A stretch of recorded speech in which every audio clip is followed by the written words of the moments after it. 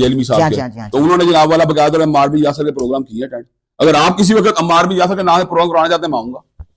बेहतरीन बेहतरीन हाँ बेहतरीन। करवाएं, मैं आऊंगा। अच्छा, इंजीनियर साहब ये भी फरमाते हैं कि करोड़ों माविया हूं, एक अम्मार के बराबर नहीं है। यार मुझे इस दर्जात का नहीं पता, क्योंकि दर्जात के इतने तफावुत को जांचना जब मुश्किल होता है।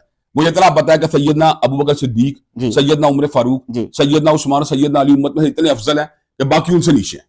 मैं इस बात को सही है, जानता सही हूँ। है, सही है, अब मैं हर सहाबी के दर्जे को दूसरे मुआवजा करूं, मेरी ये पोजीशन नहीं है। सही है। नहीं, मैंने उनका बयान आपके सामने रखा। उनका वो बयान, कहते हैं ना, वो तो हज़रत अबू बकर भी नीचे समझते हैं यार, वो तो उमर को भी नीचे समझते हैं, अली से, वो तो उस्मान को वो नीचे तो समझते अहलुल हैं। बैत के तौर पे ना, हाँ, पंजे वो मैं यही कह रहा हूं, वो तो नीचे समझते हैं। हदीस के साथ। हाँ, वो तो हर नीचे समझते हैं। ठीक, सही हाँ, सही। मेरा पता नहीं उनका क्या देना है, मैं उनके देन की बात नहीं कर रहा। ठीक है, मेरा देना बिल्कुल क्लियर कट है कि मैं खुलाफाए सलासा को सैयदना अली अल मुर्तज़ा से पहले समझता हूँ, और उसका उम्मत में सबसे अफजल सैयदना अली अल मुर्तज़ा को समझता हूँ। सही है, और उसके अंदर मैं किसी दूसरे बंदे को उनका पल्ला समझने को तैयार नहीं। ठीक है, हाँ। सही है, बिल्कुल सही। अगला सवाल आपकी खिदमत में इंतहाई इख्तिसार के साथ।